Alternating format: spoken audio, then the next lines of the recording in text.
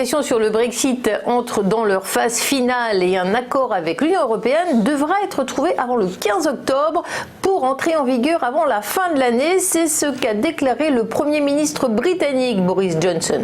Le chef du gouvernement conservateur, qui répète que le Royaume-Uni ne transigera pas sur son indépendance, fait monter la pression.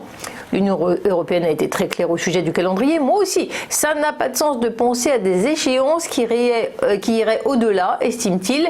Si nous n'arrivons pas à nous accorder d'ici là, je ne vois pas d'accord de libre-échange entre nous. Nous devons l'accepter et passer à autre chose. Pour rappel, le Royaume-Uni a formellement quitté l'Union européenne le 31 janvier, près de 4 ans après un référendum historique marquant la fin de presque 50 ans d'appartenance à l'Union européenne. Retour en France avec près de 25 000 nouveaux cas en 3 jours. L'épidémie de Covid-19 continue de gagner du terrain. Après un pic à près de 9 000 nouveaux cas vendredi, un record depuis le début de l'épidémie, 8 500 cas environ ont été confirmés samedi et puis un petit peu plus de 7 000 dimanche d'après les chiffres de Santé publique France. L'augmentation observée depuis le début de l'été continue donc de s'accélérer alors que les Français font leur rentrée dans les écoles et dans les entreprises. L'évolution des autres indicateurs reste inquiétante dans l'Hexagone. 58 nouveaux foyers de contamination ont ainsi été détectés au cours des dernières 24 heures.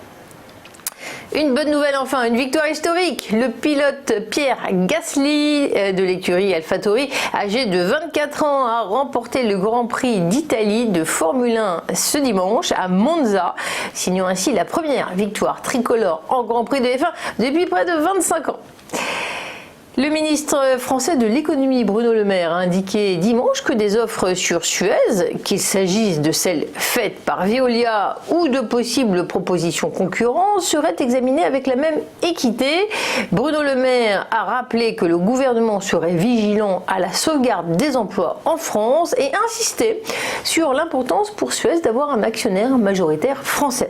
Veolia a proposé, je vous le rappelle, à Engie de lui racheter 29,9% de Suez pour environ 2,9 milliards d'euros. Suez a jugé ce prix insuffisant. L'État français détient près de 24% du capital d'Engie. On tourne une petite page de publicité et on se retrouve pour la séquence Le Chronocac.